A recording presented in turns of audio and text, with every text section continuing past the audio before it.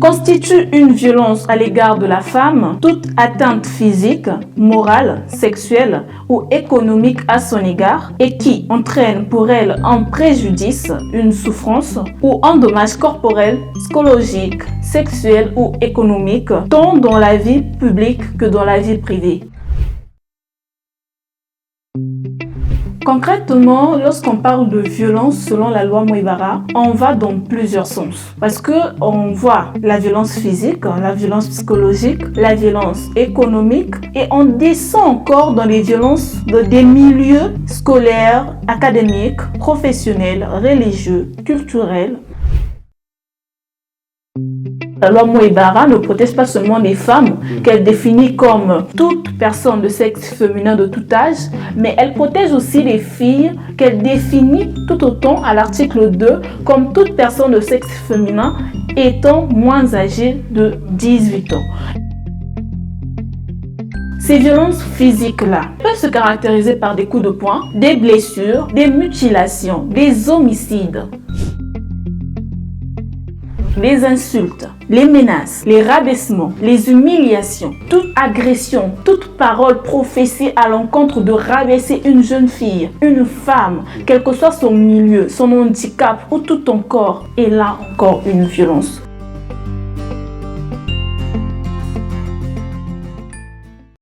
Les violences à l'égard des femmes sont un mal qui peuple nos sociétés, qui peuple nos pays en ce 21e siècle. Disparates sont des femmes, des concubines, des petites amies qui sont violentées nuit et jour par leurs partenaires. Le plus troublant, c'est que nombre de ces bourreaux qui exercent des violences diurnes et nocturnes à l'endroit de ces femmes tentent de normaliser leurs actes de violence. Ils frappent d'un discrédit tout comportement voulant dénoncer ou condamner leur caractère brillamment monomaniaque axé sur la violence à l'endroit des femmes.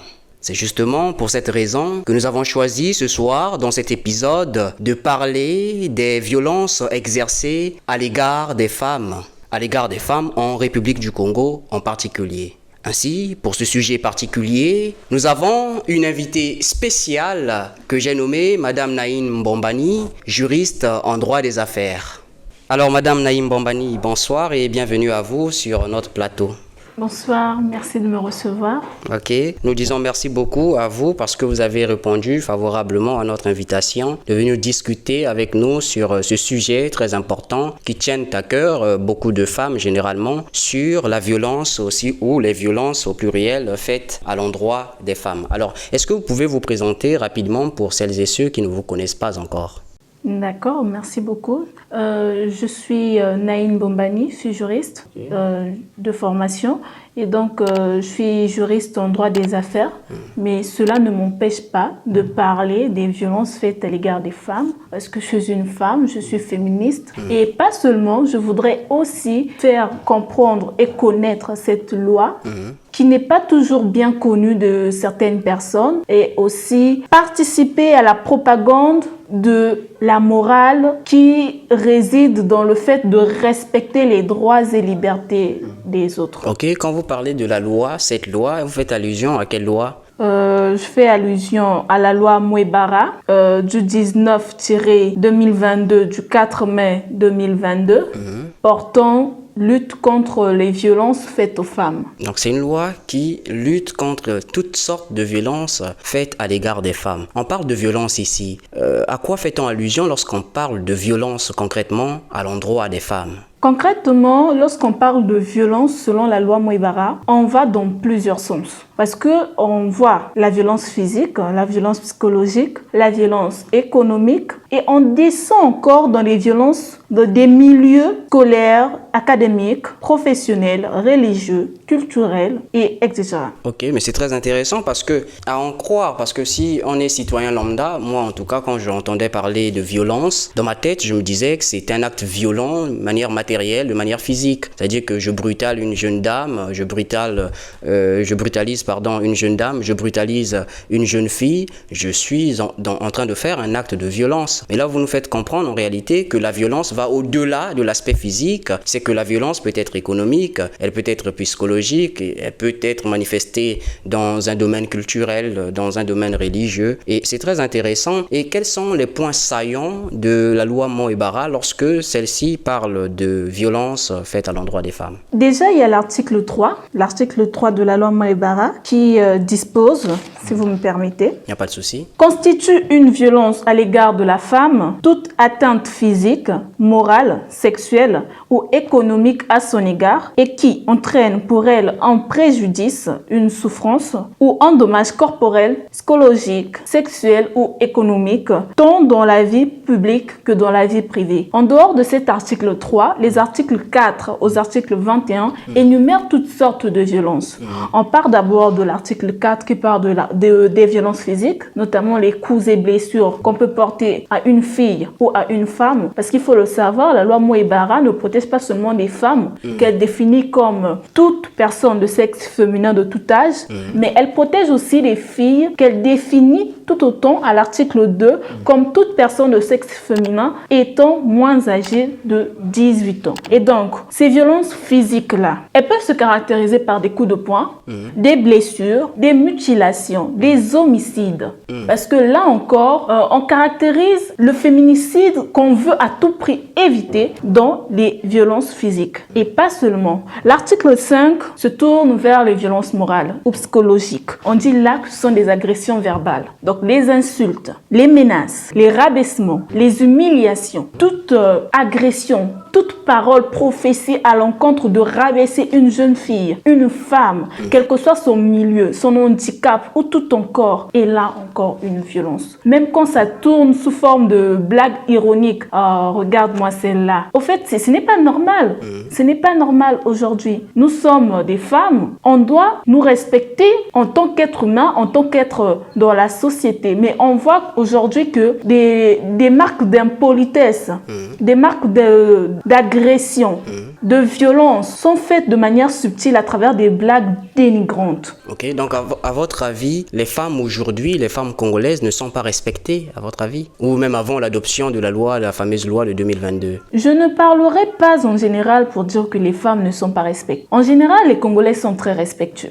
Et d'ailleurs, je suis fière de mon pays, le Congo. Mais il y a des situations où la femme est tout simplement rabaissée. Oui, je comprends ce sentiment. Mais vous parlez du sentiment de dire, écoutez, la femme est rabaissée, les hommes aussi parfois sont rabaissés. Il arrive, et nous on sait, en tant qu'hommes, généralement, nous savons, on dit dans notre jargon que les femmes ont la bouche. Souvent, c'est ce qu'on dit. C'est-à-dire que les femmes aiment insulter et tout ça. Mais si une femme a la facilité d'insulter, c'est aussi porter atteinte à l'intégrité psychologique de l'homme. Est-ce que l'homme, dans ce cas de figure, lui aussi peut saisir une juridiction? Ou d'ailleurs, comment ça se fait même lorsque une femme est victime, on va dire, d'une violence, que ce soit psychologique, morale, que ce soit économique ou physique? Comment est-ce qu'elle doit faire ou qu'est-ce qu'elle doit faire concrètement pour obtenir gain de cause, pour obtenir quelque chose, soit dédommagement? Elle doit saisir qui finalement? La femme peut saisir premièrement le procureur de la République, d'après l'article 38. Oui. Et elle peut aussi saisir la police ou la gendarmerie, d'après l'article 39. Donc par une plainte? Par une plainte, oui. Et donc, j'aimerais un peu revenir sur ce que vous avez dit, que les hommes aussi ont des agressions. Oui. C'est une vérité que je ne peux pas nier. Et donc, pour les hommes, il existe le code pénal. Un homme peut porter plainte parce qu'une femme l'a insulté. C'est de plein droit. Nous sommes tous humains, nous avons tous droit à notre dignité. On peut qualifier ça de diffamation? De diffamation. Et je ne serai jamais d'accord avec ce genre de situation. Seulement, la loi Moïbara est une loi spécifique. Elle ne concerne que la femme et la jeune fille. C'est une loi vraiment très cadrée. Elle est genrée et cela ne porte que sur la femme. Mais il ne faut pas croire que parce que la loi Moïbara défend la femme, qu'elle le défend forcément contre l'homme. Aujourd'hui, il y a des femmes qui insultent d'autres femmes sur les réseaux. Oui, il y a des femmes qui font des choses pas bien à d'autres femmes. On va prendre par exemple des cas où on écoute souvent que non, à la maternité, il y a des sages-femmes qui torturent les femmes enceintes. Ah bon? Ce sont des violences que les femmes font à d'autres femmes. Mais la loi Moïbara est là aussi pour défendre ce genre de choses. Ah bon? C'est une mésentente que de penser que la loi loi Moé-Bara ne fait que défendre les femmes contre les hommes. La loi Moé-Bara défend également les femmes contre d'autres femmes. Donc c'est possible pour une femme de poursuivre une autre femme parce Bien que sûr. cette dernière lui a fait subir une violence. Exactement. Ah bon. C'est très possible. Très Surtout, intéressant. on retrouve cela dans les violences dites culturelles, liées au veuvage et aux successions. Et donc, dans certaines familles, on veut carrément écarter la veuve de la succession, ce qui n'est pas du tout normal. On veut la forcer, par exemple, au lévira, au sosora, des choses comme ça que la coutume encourage, mais qui aujourd'hui est défendue par la loi Moé-Bara. Quand vous dites lévera, saucera, ça veut dire quoi? Moi, Ce sont des cultures où, par exemple, le lévira, où on oblige la femme à épouser le frère de son défunt mari. mari. Ou bien le sosora, où on oblige la sœur de l'être morte à remplacer dans le foyer. Ah, Vous voyez? Donc, ce sont des cultures comme ça qu'on a traditionnellement dans nos coutumes, à nous, mais oui. qu'aujourd'hui, vous pouvez résister face à cela, brandir la loi Moé-Bara. Et ces violences-là, culturelles-là, ce ne sont pas que des hommes qui les font, ce sont aussi des femmes. oui, ça arrive, oui. Oui, je vois, c'est super, c'est clair, c'est clair. Merci beaucoup pour cette précision, c'est très intéressant. Nous, on se disait que, personnellement, je me disais que lorsqu'on parle de la loi Moé-Bara, lorsqu'on parle des violences à l'égard des femmes, puisqu'on parle femmes, donc on se dit que forcément, c'est que des hommes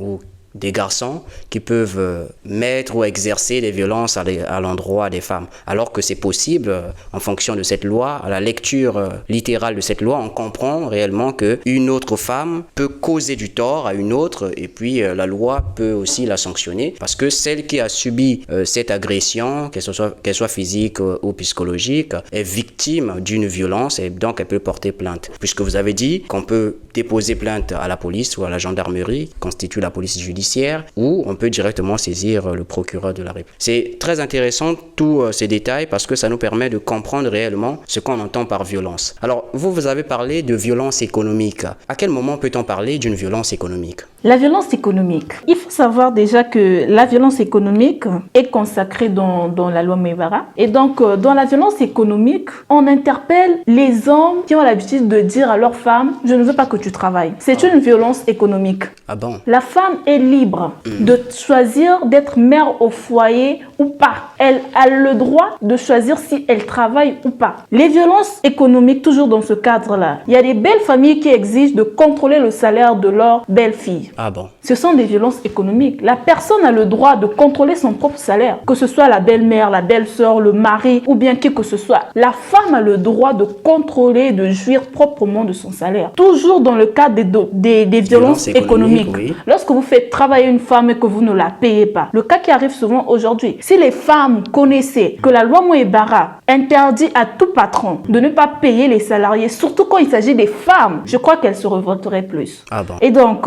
bien que ce comportement-là soit aussi encadré dans le code du travail, mais la loi Moé-Bara prend aussi ça pour les femmes. Parce que généralement, les femmes ont des besoins mensuels qu'elles ne doivent pas laisser à la portée de n'importe qui. Et donc, ce salaire-là est vraiment, on a tout pour elles. Et donc, la loi Moé-Bara reprend cela et met cela dans le cadre des violences économiques. Donc, embaucher une femme et ne pas la payer à la fin du mois, vous la violentez économiquement. Ah bon? Oui, mais c'est super toutes ces violences. Donc, quand un homme est marié à une femme, si la femme a envie de travailler, il doit la laisser chercher un travail Exactement. et travailler, gérer ses finances comme elle entend. Oui. Il n'a pas le droit de dire à la dame, écoute, donne-moi ton salaire, c'est moi qui vais le gérer. Exactement. Si elle refuse et qu'il le violente, on rentre dans une double forme de violence économique et si physique, s'il prend l'argent de façon violente, ça peut être le vol aussi. Oui. Parce que ça ne lui appartient pas. L'homme, il est le chef de la famille, mais je pense que tout doit se décider. Il faudrait que la femme, comme vous le dites,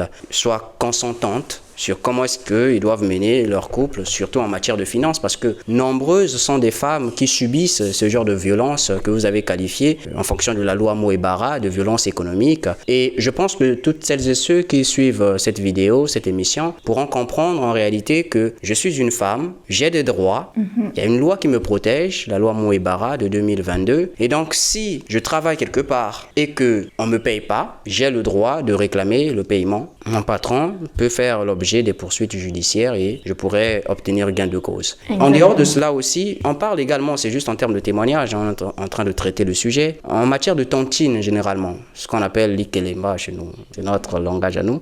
En matière de tontine, généralement, il peut arriver, parce que ça arrive souvent, très souvent, c'est pourquoi le législateur a essayé de réglementer en la matière, où on appelle la maman, qui est la présidente en français, on va dire, la présidente de ce mouvement ou de ce groupe de tontines qui garde l'argent. Elle conserve l'argent ou il conserve l'argent, mais il arrive souvent que vers la fin, quand on sent que le mouvement ne va plus tenir, il prend l'argent ou elle prend l'argent et s'enfuit avec. Est-ce qu'on peut en faire rentrer ça aussi dans le cadre des violences économiques? Bien sûr qu'on peut faire entrer ça dans le cadre des violences économiques, pourvu qu'il y ait une femme qui est liée à cet argent. Ah bon? Tant qu'il y a une femme ou une fille dans cette tontine-là, la personne qui s'enfuit avec l'argent-là a fait violence économique contre la fille ou la femme, Ah bon? qu'elle soit femme ou homme. Donc en plus de l'infraction, s'il s'agit de qualifier une telle infraction, parce que la loi Moebara a parlé également, si Des on violences regarde économiques, des violences oui. économiques, on peut requalifier ça en escroquerie, parce que le fait de prendre l'argent, bon,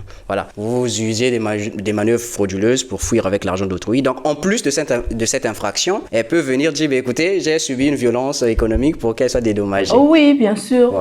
Bon, en plus de cette infraction, oui, au fait, tout dépend de l'avocat ou de la façon dont vous portez plainte. Oui, oui. Parce que n'oublions pas que lorsqu'on porte plainte, on doit montrer le préjudice et le dommage que l'on subit. Si, en matière civile, oui. Exactement. Donc, si vous partez sur la base de l'escroquerie, c'est bon. Si vous partez sur la base de la violence économique, là encore, la condition est d'être une femme. C'est bon. Wow. Et si vous prenez aussi les deux, il faudrait que vous montrez exactement qu'il y avait eu l'intention de s'enfuir avec l'argent dès le départ et puis que cette action-là vous a causé des préjudices dans votre féminité pour parler de violence économique. Non, mais c'est grave, hein. Les féministes, c'est compliqué, ce mouvement, ça fait quand même peur. Mais il y a aussi quelque chose qui est très intéressant. Oui. Moi, je vais parler de violence sexuelle parce que vous l'avez cité. On dit que les femmes sont généralement violées à gauche et à droite. Moi, je pense, en tout cas, que c'est d'ordre culturel aussi, parce qu'on veut importer une certaine culture. Tu vas voir comment est-ce que les femmes, vous habillez généralement de nos jours. Vous mettez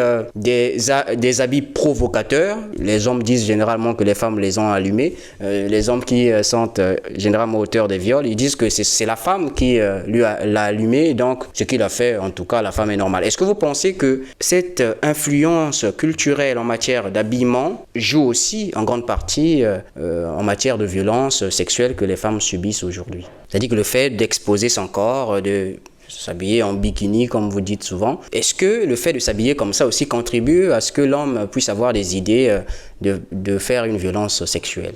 Il faut comprendre une chose. Le droit ne punit pas la pensée. Ok. Le droit punit l'action. Oui. Quand une femme s'habille de manière provocante, les psychologues disent que cela crée des pensées, des stimuli sexuels au niveau de l'homme. Oui. Mais vous allez remarquer, je suis sûre que vous serez d'accord avec moi, que ce ne sont pas tous les hommes qui vont aller la violenter. Oui, c'est vrai. Ce ne sont pas... Si par exemple elle passe devant une file de 10 garçons, il se peut que tous les 10 garçons aient des pensées sexuelles envers elle. Oui. Mais ce ne sont pas les 10 garçons qui iront la violenter par la suite. Un ou deux seulement vont le faire. Cela montre que ces personnes-là qui ont enfreint la barre de la pensée pour vouloir concrétiser leur idée, le matérialiser en des problèmes, ce sont des criminels. Ah bon, directement.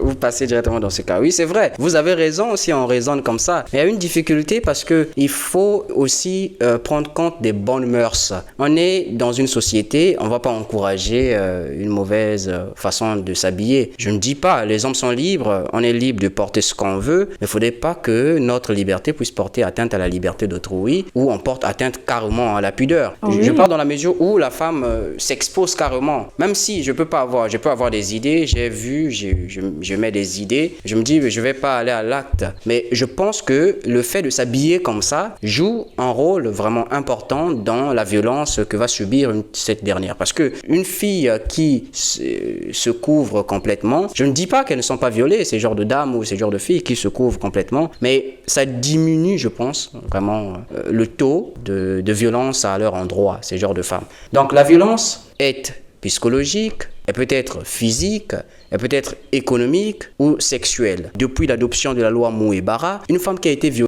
au Congo, en dehors du viol, est-ce qu'elle peut poursuivre pour violence sexuelle? La violence sexuelle regroupe pas mal de choses. Il y a le viol, l'infraction qui est très grave d'ailleurs. Oui. Il y a le harcèlement sexuel. Il y a l'agression sexuelle aussi qui est différente du viol. Parce que quand on parle d'agression sexuelle, une simple bise volée, un baiser volé comme on a l'habitude d'écouter dans des séries romantiques. Oui. Oh, je te vole un baiser, c'est une agression sexuelle. Ah bon? Punie par la loi Mouebara. Embrasser une fille sans son consentement, c'est l'agresser. Et donc, toucher, caresser, toutes ces choses. Avec une intention sexuelle, bien entendu. Bien sûr. Oui. En vue de soumettre la femme à ses désirs sexuels ou bien au désir sexuel d'autrui et réprimander. C'est super intéressant parce qu'il y a des gens qui agissent comme ça et qui ne savent pas que c'est interdit. Et je pense que par le biais de cette interview, nombreux des hommes vont se rendre compte en réalité qu'il y a certains comportements, certains actes qu'on pensait être normal, qu'on pensait être bien pour la société, en réalité sont interdits par la loi. Et à force de sensibiliser, je pense que sur cette notion de violence, nombreux seront des gens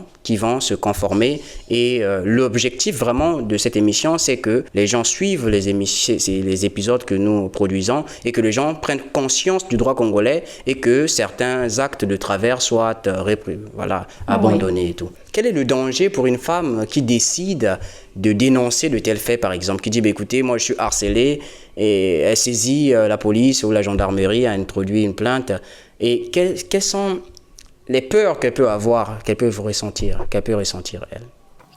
Les peurs que les jeunes filles ou bien les femmes de tout âge peuvent ressentir sont multiples. Mais aujourd'hui, je viens vraiment les sensibiliser, je viens vous sensibiliser, les sœurs, les petites sœurs, les mamans, les grandes sœurs, que vos peurs-là n'ont pas vraiment lieu d'être. Parce que la police a le devoir, chaque 6 mois, de rendre des comptes au ministère chargé de la sécurité sur des cas comme ça. Oui, c'est bien intéressant de pousser les gens à dénoncer les femmes, les dames, peu importe, les jeunes filles, mais il faut savoir une chose. Là, nous sommes en train de parler de la dénonciation. La femme ou la fille qui pense qu'elle a subi une violence peut saisir la gendarmerie, la police pour introduire une plainte. Et vous avez dit que le ministère de la Sécurité veille au rapport des polices chaque semestre. C'est important, mais attention. Parce que si on tombe dans la dénonciation calomnieuse ou mensongère, là, la censure revient. C'est-à-dire que la femme qui pense dénoncer, elle doit se rassurer qu'effectivement, cet homme dont je vais dénoncer l'acte, a effectivement fait ce dont je lui reproche ou ce dont je l'accuse. Parce que si c'est faux, le monsieur peut renverser la tendance et vous pouvez être poursuivi à la place. Déjà, pour rappeler le danger du renvoi de l'ascenseur, oui. Il faut dire que la loi Mouebara ne protège pas les menteuses. Ok, oui, c'est très important. La loi Mouebara ne protège pas les actrices. La loi Mouebara ne protège pas les femmes qui veulent attirer l'attention ou qui veulent escroquer l'argent d'autrui à travers la loi. La loi Mouebara est là pour des personnes qui subissent réellement des menaces, réellement des violences, qui sont réellement discriminées et qui sont réellement en situation de vulnérabilité. Donc, point n'est besoin d'aller faire un jeu d'acteur devant le policier, le procureur ou bien le gendarme. Parce que, en fin de compte, on mène toujours une enquête. Oui, toujours, oui. Il faudrait qu'elle aboutisse aussi cette enquête. Maintenant, oui. Il y a une question qui vient. Celui qui est coupable, qui est accusé de tels faits, donc de violence à l'égard des femmes, physiques, psychologiques ou encore économiques, il encourt quoi comme sanction? Oui, effectivement, il y a des sanctions et que je n'aimerais pas savoir qu'un Congolais subit ces genres de sanctions-là parce que, à mon sens, c'est déjà énorme. Et j'invite donc les Congolais à se tenir correctement face des dames pour ne pas subir ce genre de sanctions. Et donc, les sanctions sont multiples, comme les violences elles-mêmes. Et donc, ça dépend. Il y a des sanctions qui peuvent aller jusqu'à 30 ans de réclusion criminelle. Ah bon, en termes d'emprisonnement, on met en prison pendant 30 ans. Pendant 30 ans. Wow. Et on peut aussi vous demander des amendes allant jusqu'à 100 millions. En termes d'amende. En termes d'amende. Il y a des harcèlements sur mineurs déjà qui peuvent te faire coûter 2 à 5 ans d'emprisonnement et te demander des sommes de 500 000 à 5 millions d'amendes. Ouais. Et lorsqu'on dit des amendes, ça ne veut pas dire que vous allez verser l'argent à la fille ou bien à la femme. Vous allez les verser au trésor public, oui, à l'État. Oui, à l'État. Une amende, oui. Bon, à l'État. Oui, Donc, c'est cela. Donc, les amendes que vous allez verser à l'État peuvent aller de 500 000 à 5 millions quand c'est sur une mineure. Mais non, pire encore, quand la mineure fait partie de votre famille, que vous êtes, par exemple, son oncle, son grand frère, son père, là, c'est plus grave. Et les sanctions et les amendes peuvent aller jusqu'à 100 millions. Ah bon, parce que vous partagez un lien de parenté. Exactement. Et puis, c'est très vous intéressant. étiez la personne qui était censée la protéger. Et vous êtes là, vous devenez son bourreau. Exactement. Vous êtes là en train de la harceler, en train de la violenter. Et quand vous parlez de mineur ici est de rappeler, pour ceux qui ne savent pas peut-être, mineur, c'est âgé de 17 ans et jusqu'en bas. Lorsqu'on est une fille, donc on est fille, on est mineur.